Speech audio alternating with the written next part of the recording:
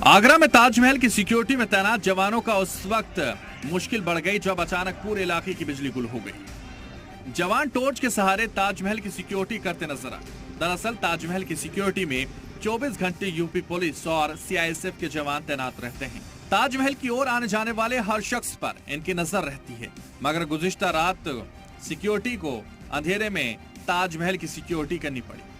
जब कुछ नहीं दिखा तो उन्हें मोबाइल और टॉर्च की रोशनी का सहारा लेना पड़ा। ताजमहल के पास अंधेरे के वीडियो भी वायरल हो रहे हैं। गुज़िश्ता रात को आगरा में तेज आंधी आई थी। कई जगह पेड़ और होर्डिंग तार टूट गए थे। ऐसे में ताजमहल में मशरिकी गेट के पास येलो जोन में रात को बिजली की सप्लाई मुतासिर रही।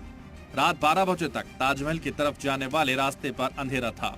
ऐसे में वहां तैनात पुलिस मुलाजिमीन को परेशानी का सामना करना पड़ा। अंधेरा होने के सबब कुछ दिखाई नहीं दे रहा था। अंधेरे की आड़ में कोई शरपसंद अनासिर ताजमहल तक न पहुंच जाए, इसको लेकर सिक्योरिटी एहलकार परेशान थे। वहीं अब ताजमहल के इलाके में ड्रोन उड़ाना नामुमकिन होगा। ताजमहल में एंटी ड्रोन सिस्टम का ट्रायल किया गया।